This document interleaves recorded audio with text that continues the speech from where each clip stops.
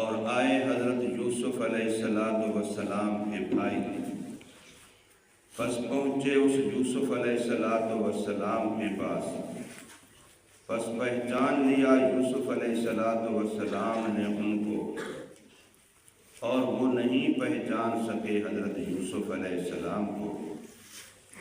پس جب تیار کر دیا یوسف علیہ السلام نے ان کا سامان، تو فرمایا کہ لے آنا تم میرے پاس اپنے اس بھائی کو جو تمہارے باپ شریک ہے۔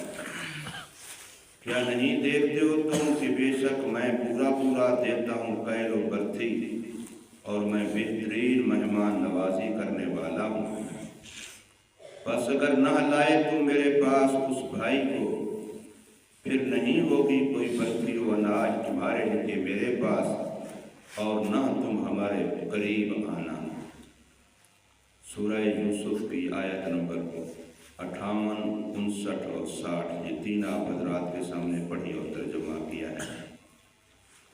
جس وقت مصر میں اور قرب و جوار میں قحط کے وہ 7 سال شروع ہوئے اور اناج کی کمی پورے علاقے میں، ملک مصر، ملک شام، اس کے قرب و جوار تمام ممالک میں، ایریا میں اناج کی، گندم کی، کھانے پینے کی اشیاء کی، راشن کی، خورد و نوش کی کمی ہوئی، تو اس کمی کا شکار کنعان والے بھی ہوئے، یعقوب علیہ السلام کا خاندان بھی ہوا۔ تو حضرت یعقوب علیہ السلام کو پتہ چلا کہ مصر کا بادشاہ بڑا نیک آدمی ہے، رحم دل ہے، اور وہ لوگوں کو مناسب قیمت پر ایک محدود مقدار میں غلہ دیتا ہے۔ ایک آدمی کو ایک اونٹ کا بوجھ تقریباً 5 من غلہ ایک دفعہ اکٹھے دیتا ہے۔ جیسے ہمارے ہاں بھی بھٹو دور میں ہم دیکھتے تھے ڈپو پر چینی ملتی تھی، فلاں چیزیں ملتی تھی کہ ایک شناختی کارڈ پر اتنی چیزیں ملیں گی ایک دفعہ، پھر مہینے کے بعد 2 کے بعد باری آتی تھی۔ تو اس طریقے سے وہاں بھی ہم نے یہ طریقہ بنایا کہ جو بندہ آئے گا تو ایک آدمی کو ہم 5 من راشن اکٹھے دیں گے، دانے گندم، اس سے زیادہ نہیں۔ ہاں البتہ جو خود مصر کے لوگ تھے ان کے لیے کوئی محدود چیز نہیں تھی، وہ جتنا لینا چاہیں، ریٹ قیمت مقرر تھی، وہ لے سکتے ہیں۔ اب یوسف علیہ السلام، اللہ کا نظام کہ وہ 7 سال پہلے جو ہریالی والے، آبادی والے رہے، اس میں انہوں نے بڑے طریقے سے، سلیقے سے اناج کو اکٹھا کیا۔ اول تو لوگوں سے، کھیتی کرنے والوں سے، کاشتکاروں سے خوب کام لیا کہ تم زیادہ سے زیادہ اناج اگاؤ، زیادہ سے زیادہ زمینوں پر اناج کاشت کرو۔ اس سے بڑا ذخیرہ جمع ہوا 7 سالوں میں۔ پھر اب ان 7 سالوں میں جو کاشت سالی والے تھے وہ ذخیرہ بیچ رہے ہیں۔ اب ظاہر ہے ان کے پاس تو پھر سرمایہ آ رہا ہے، گندم دے رہے ہیں تو پیسے لے رہے ہیں، تو ان کے خزانے میں بہت زیادہ پیسہ جمع ہو گیا۔ گندم تو لوگوں میں چلی گئی، لیکن اس کے بدلے میں جو ان کو پیسے ملے تو اس سے ملک مصر دنیا کا اس وقت امیر ترین ملک بن گیا۔ لوگوں کے خزانوں سے پیسے نکلے اور ان کے خزانے میں پیسے جمع ہوئے، اور یہ حسن تدبیر تھا حضرت یوسف علیہ السلام کا۔ اس سے یہ بھی پتہ چلتا ہے کہ جیسے حدیثوں میں آتا ہے کہ الاقتصاد نصف المعیشہ، کہ بندہ اگر آمدنی کو دیکھ کر کے بندہ ایک میانہ روی کے انداز میں اپنا خرچ بنا لے تو اس سے معیشت کا آدھا مسئلہ حل ہو جاتا ہے۔ الاقتصاد، میانہ روی، نصف المعیشہ، آدھی معیشت اسی سے حل ہو جاتی ہے۔ ہمارے ہاں پرابلم یہ ہے کہ کماتا 200 ہوں اور خرچ 250 کرتا ہوں، کماتا 1000 ہوں اور خرچ 1500 کرتا ہوں، تو پھر ظاہر ہے معاملہ مشکل ہوتا ہے۔ اگر 200 کمانے والا 150 خرچ کرے، 1000 کمانے والا 900 خرچ کرے تو تھوڑا تھوڑا بچے گا، اس سے خود بھی پریشان نہیں ہوگا اور دوسرے کو پریشان نہیں کرے گا۔ ہمارے ہاں کہتے ہیں رضائی کو دیکھ کر کے پاؤں لمبے کرے، جتنا لمبی رضائی ہے اتنا پاؤں لمبے کرے تو سختی نہیں لگے گی۔ اگر رضائی سے باہر پہنچ جائیں گے تو پھر سردی لگے گی۔ تو اس لیے یہ اسلام سکھاتا ہے، یہ دین سکھاتا ہے۔ اب ہمارا ملک جب سے بنا ہے آج تک ایک دن بھی ہمارے ملک کا وزیر خزانہ کوئی دینی مدرسے کا پڑھا ہوا عالم نہیں رہا، کالجوں کے پڑھے ہوئے، یونیورسٹیوں کے پڑھے ہوئے، دوسرے ملکوں کے پڑھے ہوئے، انگریزی پڑھے ہوئے، لیکن ملک کا بیڑا وہ غرق کیا ہے کہ ہر چیز مہنگی سے مہنگی، مہنگی سے مہنگی، مہنگی سے مہنگی، پوری دنیا سے بھیک مانگ مانگ کر کے بھی ان کا پیٹ نہیں بھرا۔ اگر دیندار بندہ ہوتا، دین کو سمجھنے والا ہوتا، دین پڑھا ہوا ہوتا، شیخ سعدی رحمہ اللہ کے زمانے میں وقت کے بادشاہ نے اعلان کیا کہ میں اپنی پوری رعایا کو ایک ایک کلو، مثال کے طور پر ایک ایک کلو چاول دینا چاہتا ہوں اپنی پوری رعایا کو۔ تو بادشاہ کو شیخ سعدی نے مشورہ دیا اگر تو ایک ایک کلو دے گا ساری عوام کو تو ایک کلو سے کس کا کیا بنے گا؟ اگر ایک کلو اس کو نہیں ملے گا تو کون سا گھر میں قیامت آ جائے گی؟ اگر مل جائے گا تو کون سا وہ امیر بن جائے گا؟ لیکن تیرا خزانہ ایک ایک کلو سے خالی ہو جائے گا۔ اگر تو ایک ایک کلو کے بجائے ایک ایک چاول ایک آدمی سے لینا شروع کر دے کہ تم ملک میں ایک ایک چاول، صرف ایک چاول اکٹھا کرو، اب بتا تیرے پاس کتنا چاول اکٹھے ہو جائیں گے۔ یعنی بتانا یہ تھا کہ عوام کو اس انداز سے ملک کے نظام کو چلایا جائے کہ جب تک مرکزی بجٹ ملک کا مضبوط رہے گا تو عوام کی معیشت مضبوط رہے گی۔ اگر ملک کا مرکزی بجٹ کمزور ہو جائے گا، وہ ادھار پہ چلے گا، وہ قرضوں پہ چلے گا، وہ سود پہ چلے گا، تو پھر عوام جتنا بھی کمائے گی بیچاری، ہر بندہ اپنی ضرورت سے زیادہ کما رہا ہے، پکی بات ہے۔ لیکن اس مصیبت یہ ہے کہ ہمیں ماچس خریدیں تب بھی حکومت کو ٹیکس دینا پڑتا ہے، اور اگر موبائل میں بیلنس کریں تب بھی حکومت کو ٹیکس دینا پڑتا ہے۔ اپنا آپ بجلی کا بل دیتے ہیں، آدھے سے زیادہ آپ حکومت کو ٹیکس دیتے ہیں۔ جو آپ بجلی چلاتے ہیں وہ کم ہے، جو آپ ٹیکس قیمت میں دیتے ہیں وہ اس سے زیادہ ہے۔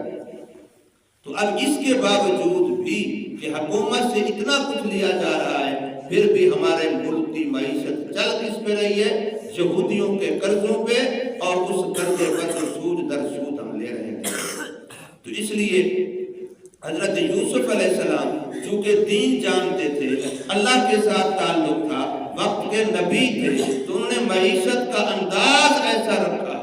میں نے کل پرسوں بتایا تھا کہ انہوں نے خود باقاعدہ اپنے اوپر سب سے پہلے یہ لاگو کیا، اور اپنی کابینہ پر یہ بات پہلے لاگو کی کہ روٹی ایک ٹائم کھائی جائے گی۔ یعنی سب سے پہلے وزیر اعلیٰ ہاؤس، وزیر اعظم ہاؤس، آرمی چیف کا جو ہاؤس، اس کا خرچہ گھٹایا جائے، اور وہاں جو اربوں خربوں میں ہیں، گاڑیاں دیکھے تو اربوں خربوں کی، اور اگر ان کی چائے پانی دیکھے تو اربوں خربوں کے، ایک ایک کی تنخواہ کتنے؟ کسی کے 22 لاکھ ہے، کسی کی 18 لاکھ ہے، یہ ان کی تنخواہ ہے۔ یہ وہ یتیم طبقہ ہے جس کو بجلی بھی فری ہے، گیس بھی فری ہے، میڈیکل بھی فری ہے، بچوں کی تعلیم بھی فری ہے، اور 22 لاکھ روپیہ تنخواہ بھی ہے مہینہ۔ اور غریب بیچارے کے لیے کوئی چیز فری بھی نہیں ہے، اور وہ دہاڑی بھی سارا دن اپنی مزدوری خود کرے۔ یہ ہمارے ملک والے ہماری خدمت کر رہے ہیں۔ تو حضرت یوسف علیہ السلام نے انداز معیشت کا ایسا اپنایا کہ ان 60 سالوں میں اتنا اناج اکٹھا کیا، اور اس طریقے سے محفوظ کیا جیسے پیچھے آیا تھا کہ گندم کو گندم کے خوشوں میں رہنے دو، وہاں سے نکالو ہی نہیں، ورنہ کیڑا لگے گا، خراب ہو جائے گی۔ جب وہاں گندم کے خوشوں میں رہے گی، چاہے جتنا عرصہ بھی رہے، اسے کوئی بیماری نہیں لگتی۔ یہ میرے رب کا نظام ہے۔ قرآن مجید میں یہ بات ہے کہ ان خوشوں کو گندم کو خوشوں کے اندر ہی رہنے دیا جائے۔ تو 7 سال میں اتنا غلہ کا سٹاک کر لیا کہ اگلے 7 سال اپنا پورا ملک بھی چلایا، اور پورے قرب و جوار کے سارے ملکوں کو بھی چلایا، اور ان سب کا پیسہ ان کے ملک میں آیا۔ یہ درآمد برآمد کا بہترین کامیاب نظام ہے۔ تو ان کا پیسہ ان کے ملک میں آیا، تو مصر اس وقت دنیا کا امیر ترین ملک بن گیا۔ تو یہ بات حضرت یعقوب علیہ السلام کو بھی پہنچ گئی کہ یہ مصر کا بادشاہ رحم دل بھی ہے، نیک بھی ہے اور مناسب قیمت پر غلہ سب کو دے رہا ہے۔ تو انہوں نے بھی اپنے بیٹوں کو پیسے دے کر کے بھیجا کہ تم چلے جاؤ مصر، وہاں سے جا کر کے غلہ لے آؤ۔ اب جس وقت وہ آئے، پیسے لے کے آئے، غلہ لیا، تو یوسف علیہ السلام نے ان کی بڑی مہمان نوازی کی اور ان کو پہچان لیا کہ میرے بھائی ہیں، لیکن وہ نہ پہچان سکے۔ ان کے نہ پہچاننے کی کئی وجہ ہیں۔ ایک تو ان کی توقع اور خیال میں بھی نہیں تھا کہ جس کو ہم نے کنویں میں پھینکا تھا وہ آج بادشاہ مصر بن کے بیٹھا ہوگا، یہ توقع کے خلاف تھا۔ دوسری بات ہے وہ صحیح لباس میں تھا، صحیح انداز میں تھا، نہیں پہچانا۔ نمبر 3 یہ ہے کہ ان کی اور ان کی جدائیگی میں 40 سال گزر گئے تھے، اس وجہ سے نہیں پہچانا۔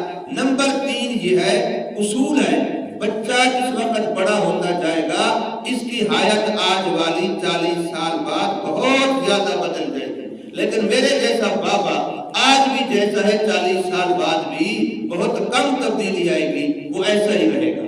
وہ بڑی عمر کے جو بھائی تھے ان کی شکل و صفات میں زیادہ تبدیلی نہیں آئی، یہ کیونکہ اس وقت بچے تھے اور اب 47 سال کے ہو چکے تھے، تو اب ان کی شکل و صورت میں، حیات میں، جسم میں، رنگت میں، فلاں میں کافی ساری تبدیلی آ چکی تھی، اسی وجہ سے بھائیوں نے پہچانا نہیں ہے۔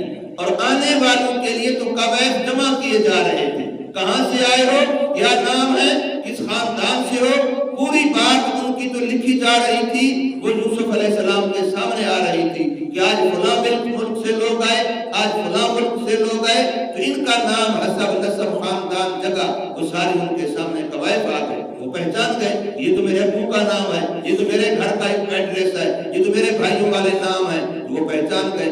لیکن یوسف علیہ السلام سے تو وہ نہیں پوچھ سکتے کہ آپ کون ہیں، آپ کا نام کیا ہے، آپ کے ابو کا نام کیا ہے۔ آنے والے کو کیا جرأت ہے کہ وہ بادشاہ وقت سے یہ بات پوچھ سکے؟ تو اس لیے فرمایا یوسف علیہ السلام نے ان کو پہچان لیا اور وہ یوسف علیہ السلام کو نہ پہچان سکے۔ اب جب ان سے پیسے لے کر کے ان کا سامان تیار کیا تو ان کا سامان گندم 5 من فی بندے کے حساب سے 10 بندے تھے، 10 اونٹ تھے، تو 10 اونٹوں کا سامان ان کو 5 من کے لحاظ سے بنا کر کے دیا، 50 من گندم لے کے وہ جا رہے ہیں۔ تو ان کے جو پیسے ان سے لیے تھے وہ اپنے ہی ایک انداز سے ان کی گندم میں واپس کر دیے، تاکہ ایسا نہ ہو کہ بیچاروں کے پاس دوبارہ گندم لینے کے لیے اور پیسے ہی نہ ہوں۔ یہی پیسے واپس جائیں گے، جب گندم کھولیں گے، نکالیں گے، پیسے سامنے آ جائیں گے، تو دوبارہ ان کے لیے گندم لینے کے لیے آنا آسان ہو جائے گا کہ ان کے پاس گندم لینے کے پیسے دوبارہ کے بھی موجود ہوں گے۔ تو حضرت یوسف علیہ السلام کے پاس ان کے بھائی آئے اور پھر بھائیوں نے خود بتایا کہ ہم اصل بھائی جو تھے 12، ایک بھائی ہمارا ہو گیا بچپن سے گم، اس کا آج تک کوئی اتا پتہ ہی نہیں ہے، اور ایک بھائی ہمارا چھوٹا ہے، وہ ابو نے اپنی مانوسیت کے لیے اپنے پاس رکھا ہے کہ اس کو میرے پاس چھوڑ کے جاؤ۔ تو ہم 10 اکٹھے یہاں آپ کے پاس گندم لینے کے لیے آئے ہیں، اور انہوں نے اس چھوٹے بھائی کے نام کی گندم مانگی کہ چونکہ آپ ایک آدمی کے 5 من دے رہے ہیں تو آپ ہمارے اس بھائی کے نام کی بھی گندم دیں۔ لیکن یوسف علیہ السلام کی طرف سے بتلایا گیا کہ یہاں شرط ہے کہ جو آئے گا وہ لے کے جائے گا، چونکہ وہ آیا نہیں تو اس کی گندم نہیں۔ ہاں اب تم نے بتا دیا کہ ہمارا وہ بھائی بھی ہے، تو اب اگلی دفعہ اس کو لے کے آنا تم پر شرط ہے، اگر اس کو لے کے آؤ تو تمہیں بھی گندم ملے گی اور اب میرا قرب، یہ مہمان نوازی کی خاص ملے گی۔ اگر تم اس کو نہیں لے کے آؤ گے تو تمہیں بھی گندم نہیں ملے گی، اور یہ میرا قرب کیا، ہم اپنے علاقے میں بھی تمہیں داخل نہیں ہونے دیں گے۔ اب یہ شرط لگائی تو یہ اس کے بعد واپس گئے، اپنے ابو کو جا کے بتایا اور گندم سے پیسے بھی برآمد کیے۔ تو قرآن کہتا ہے وَجَاءَ إِخْوَةُ يُوسُفَ، اور آئے یوسف علیہ السلام کے بھائی، فَدَخَلُوا عَلَيْهِ، وہ یوسف علیہ السلام کے پاس داخل ہوئے، پہنچے، فَعَرَفَهُمْ، بس یوسف علیہ السلام نے ان کو پہچان لیا، وَهُمْ لَهُ مُنْكِرُونَ، اور وہ یوسف علیہ السلام کو نہ پہچان سکے۔ وَلَمَّا جَهَزَهُمْ، پھر جب یوسف علیہ السلام نے تیار کر دیا بِجَهَازِهِمْ، ان کا سامان، قالت، یوسف علیہ السلام نے فرمایا فرمایا ائتونی بأخ لکم من ابیکم، اپنے باپ شریف چھوٹے بھائی بنیامین کو میرے پاس تم لے کے آنا۔ الا ترو، کیا تم دیکھ نہیں رہے ہو انی اوفی الکیل، کہ بے شک میں گندم کی برتھی پوری پوری دیتا ہوں، وانا خیر المنزلین، اور میں بہترین مہمان نوازی کرنے والا ہوں۔ فَإِن لَمْ تَأْتُونِي بِهِ، بس اگر نہ لائے تم میرے پاس اس اپنے بھائی کو، فَلَا كَيْلَ لَكُمْ، پھر تمہیں بھی گندم نہیں ملے گی، میرے پاس تمہارے لیے بھی کوئی قائل نہیں ہوگا۔ وَلَا تَقْرَبُونَ، اور نہ تمہیں میرا قرب ملے گا۔ یہ جو میں نے ابھی تمہیں خاص مہمان بنایا ہے اور تمہاری خاطر مدارات ہوئی ہے، پھر یہ بھی نہیں ہوگی، بلکہ ہمارا قرب بھی تمہیں قریب و نزدیک آنا بھی نہیں دیا جائے گا۔ اللہ تبارک و تعالی ہمیں سمجھ نصیب فرمائے، عمل کی توفیق دے۔